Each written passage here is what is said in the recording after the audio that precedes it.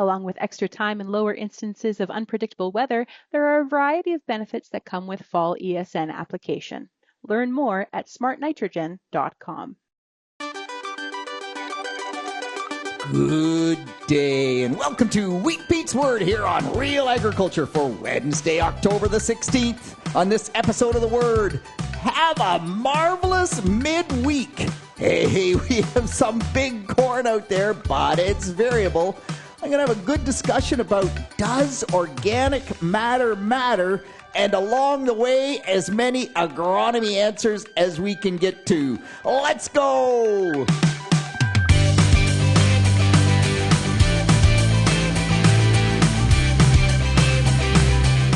Yes, have a marvelous midweek. Paul, out of the blue, sends me a GIF, right? One of those little cartoon things.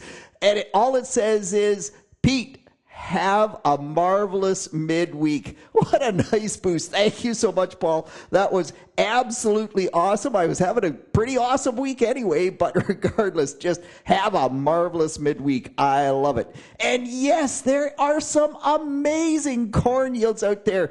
April planted corn coming in with reports at 260 to 270 bushel per acre corn, with really low moisture, 17, 18, 20%. That is incredible. By the way, the yields are variable. Wheat Pete got to harvest a small field yesterday, Tuesday afternoon.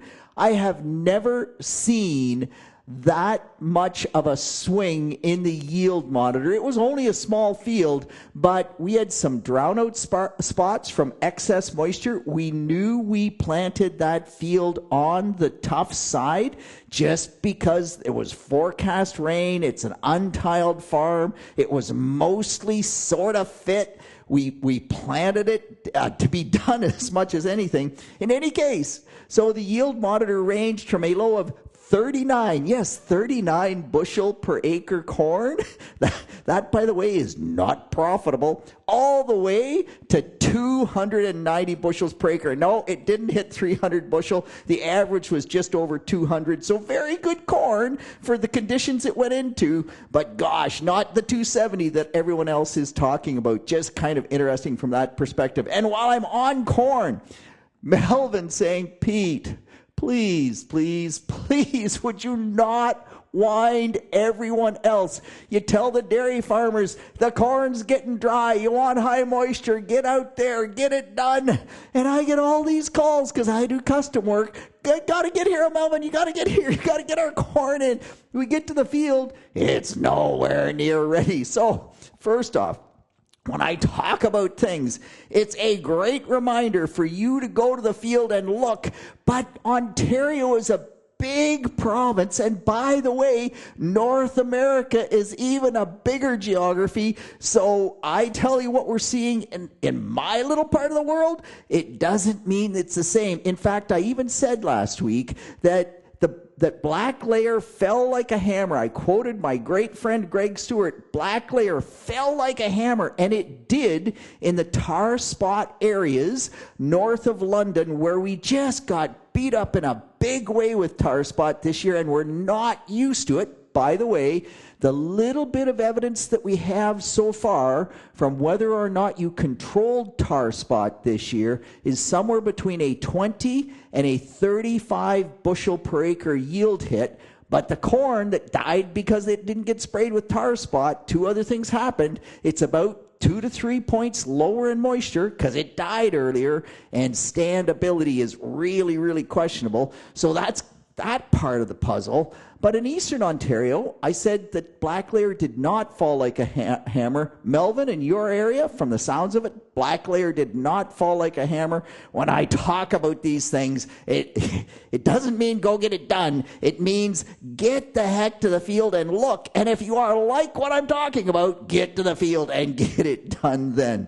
Yeah, you just got to shake your head. By the way, the fact that you're higher moistures, that probably means that you have even more yield potential. I have clients who've gone to the field, they've 24, 26, 27% moisture. Other growers in the area talking about 21. Guess what? Their yields have been absolutely outstanding. Higher moistures, plant lived longer. It's this stay green factor. It probably means bigger yields. So that, by the way, is an awesome thing. Hey, just before I move on, though, from corn, it has been cold. Dang it, snowflakes in the air at Alliston. Just shake your head and say, winter is coming. It's no longer the second summer we had in September. Couple things. I'll talk about how cold temperatures impact herbicide applications hopefully later. But here's the other thing. The late planted corn. Adam in Elgin County saying, I hope the corn stands these cold temperatures because it is not black layered yet. The late planted corn. Two things. The late planted corn has almost no tar spot. Meanwhile, I just told you that tar spot cost us 20, 35, maybe even in some cases more bushels per acre. Why does the late planted corn have no tar spot? It's a pretty simple answer. What did the weather do? We got into the last half of August and certainly through September, we were in drought conditions. What does it take for tar spot to become a problem? It takes 7 hours of leaf wetness. The more humidity you have, the more days you have with 7 hours of leaf wetness, the more tar spot you have. It looks like that late planted corn escaped the tar spot just because of the weather. But by the way, the cold temperatures, man, these cold temperatures have simply shut down any of the double crop beans that were out there that were getting anywhere close to maturity. But the late corn is actually looking like it's taking these temperatures pretty well. And why is that?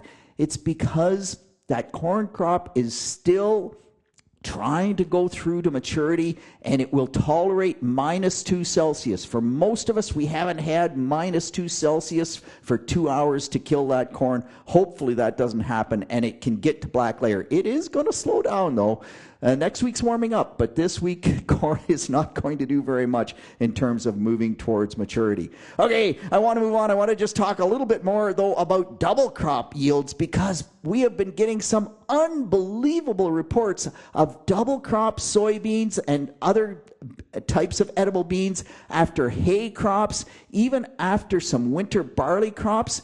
Those double crop yields have been outstanding. After hay, 60 bushels per acre. Yes, 60 bushel per acre soybeans. I can barely grow 60 bushel per acre soybeans without planting them after a hay crop gets harvested. And you say, wow, how can that be? Well, we got the moisture. If we have a dry year after the hay sucks all that moisture out, your double crop beans are not going to do that well. And we had really warm temperatures right through till the end of September.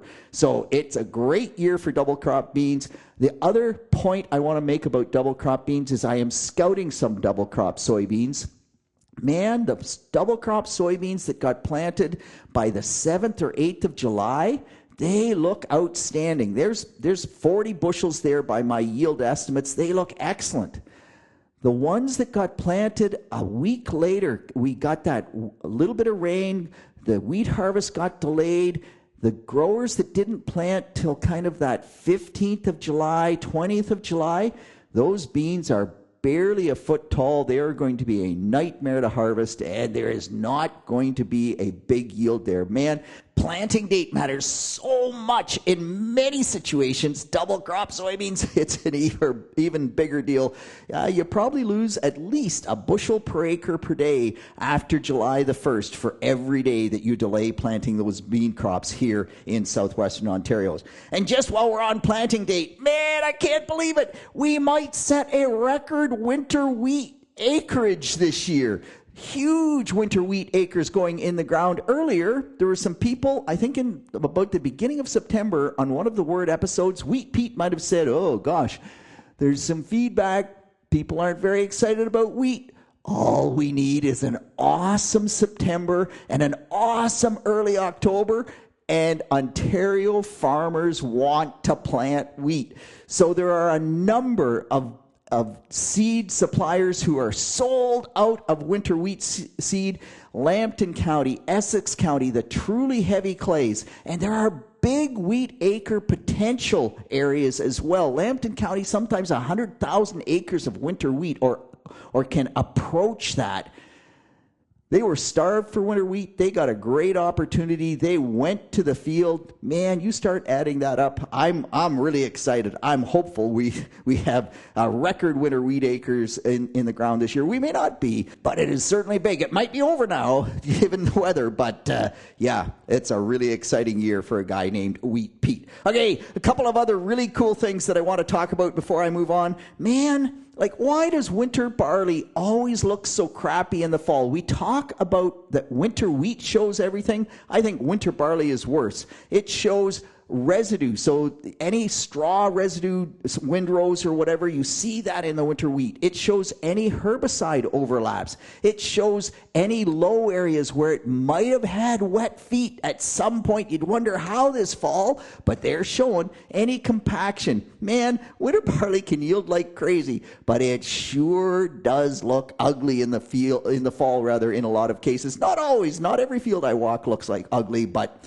compared to winter wheat, it just looks worse. And winter canola. Man, I had a great conversation over Twitter with Frederick from Denmark. If you are a new winter canola grower, his experience or their recommendations, and they've grown winter canola much longer than we have, is that you want a thumb thick. Now, that's a bit subjective because I'm pretty sure my thumb is bigger than some thumbs and smaller than other thumbs, but thumb thick root by the time it goes in dormancy to have a really good chance at excellent winter survival. In Denmark, they plant winter canola 4 to 7 weeks ahead of their average winter wheat date. Here, we're more like 3 weeks, so that's less ahead than they are. But then if it gets too big, they actually use products to growth regulator products to avoid it getting too big and getting the crown too far above ground. So they'll stop it in terms of its growth in the fall if it gets too big. Lots to learn on the winter canola front. Lots of the canola I walk is not yet thumb thick. We need next week's warm weathers to get a bit more growth into that crop to get the root up to that thumb thick level. But an interesting thought process as we move forward with winter canola. Of course, a lot of the growth regulators that they use in Denmark are not registered on winter canola here in Canada. So we're not there yet. But it is really interesting to learn from growers other places. Hey, plot results. So here's a cool one. Gerard sending me a result, and it really emulates the quote rather at the bottom of all my emails. If you've ever gotten an email from Wheat Pete, at the bottom it says, "There are no mistakes in agriculture, only test plots." That's a quote from my great friend Ken Nixon. Gerard, for some reason, one strip up the field when he was planting corn, the monitor kicked into the soybean seeding rate. He planted corn at 140,000 seeds per acre. They harvested that plot. Believe it or not, and this is hard for me to believe, it really is, because I would have thought at 140,000 plants per acre in 30-inch rows that the cobs would have all been nubbins, that it would have been impossible to get them into the combine. They would have gone through the stripper plates. No, in Gerard's case, good for him. 250 bushel per acre corn on that 140,000 seeds, 30 bushels more per acre than the field average. So, pretty good corn, but even more with 140,000 plants per acre. By the way, Gerard also said it cost him about $500 an acre on average because of the cost of the seed at that seeding rate. He's not going to keep doing it. But wow, I wouldn't have thought it could have given you more yield. All right, I want to move on. I want to talk about, does organic matter matter? I even gave a couple of presentations last winter about organic matter, and there were some people who came up to me after and said, Pete, I think you missed the mark, because you almost said that organic matter doesn't matter. And organic matter is the holy grail. Organic matter is what drives everything in the soil. I just think you missed the mark.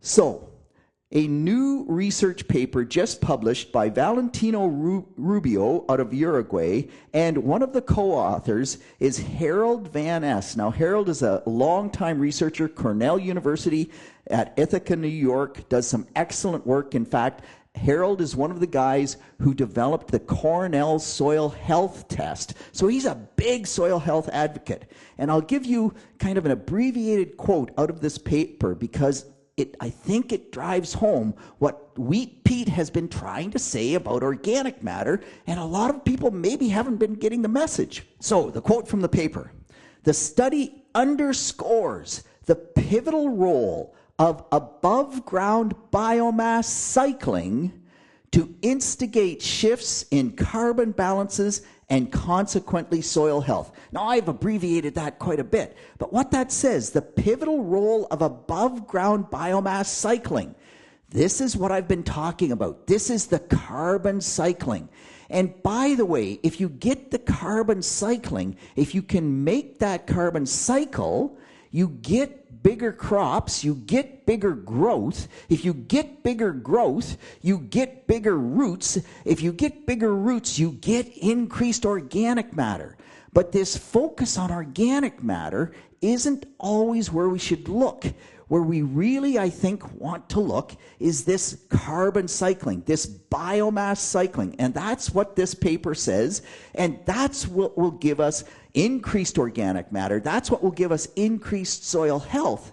And what's really interesting is I found this paper, thanks to Andrew McGuire, he tweeted it out, but I had taken a picture and put it on Twitter about the visual difference I was seeing in my own field where I had cover crop oats growing after our Roots Not Iron project. Now, you will recall the new Roots Not Iron project, we had no cover. We had the best management, which was cover after wheat, red clover if it would establish, oats if the red clover did not establish, and we had plant green, where we tried to keep living roots, green crop there all the time. When we looked at that project, I believe it was at least 8, perhaps 9 years, we could never see a yield difference to having either the plant green. In fact, the plant green tended to yield a little bit less corn because the living roots would interfere with the corn growth, even sometimes with soybeans. Wheat was equal. The best management practice, though, and the no cover, no yield difference whatsoever. 3 years later, after we ended that project, I could see to the line where we had the best management practices, where we had the plant green, the cover crop oat growth was much better than where we had the no cover. And the only thing that makes sense is that we had that carbon cycling going. It was just releasing more nutrients, and it was right to the line. So, carbon cycling matters. The best cover crop is absolutely a good cash crop, a better cash crop, and you want to keep growing good crops. As soon as you get your weed off, if you can plant a cover crop and get lots of biomass there, and we've talked about the need to stop the oats before they get to head, but if you plant them late and they only get 6 inches of growth, well, you didn't maximize your biomass production. If you plant them early and you can get them close to heading, flag leaf stage, shut them down, we've maximized that carbon cycling. And carbon cycling, biomass cycling, above ground biomass cycling is really what instigates shifts in carbon balances, which is organic matter, and soil health. So really cool stuff from that perspective. Nick saying, hey, we talk lots about this, but it's not just the top 6 inches of soil. He's a little frustrated with his wheat yield potential out of the Yen program, and he reiterated a story about his own field. He dug down with the Dutch auger, so that gives you a soil core, and you can go about 3 feet deep. In one area, he goes down 6 inches. He's got nice topsoil. After that, it's blue clay. It's poor growth. He moves 20 feet away. He's got better growth. He digs down 6 inches. He's topsoil. After that, it's a much more porous subsoil. And so the impact of that subsoil, of drainage, also has a big impact on the above ground growth and also on that carbon cycling. As a carbon cycle's better, you just continue to get that better soil health. So it's a really integrated system. By the way, Woody, in his Romo, so where Woody is growing perennial clover, in between his corn rows, his soybean rows, man, he is actually making that work. And because that clover is there all the time, putting biomass, putting roots in, it actually looks like he's having a positive impact on soil health. He's figuring out how to make yield there as well. But it's lots of this stuff ties together. At the end of the day, does organic matter matter? Yes, it does. Is it the Holy Grail? No. The Holy Grail really is carbon cycling. And if you can get carbon cycling to work for you, then organic matter will come as a side benefit. Okay, I went on way too long about that, but you'll have to listen to it anyway. Just on weed control and the cold temperatures. So first off, use the rule of 3. I've talked about this lots. It's the fall. It's been below 3 Celsius at night. Will our weed control products work? Probably, but they won't work as well as they could. Next week, the nighttime temperatures are back well over 5 Celsius. Hold off on weed control until next week. You'll just get a better job as we move into November.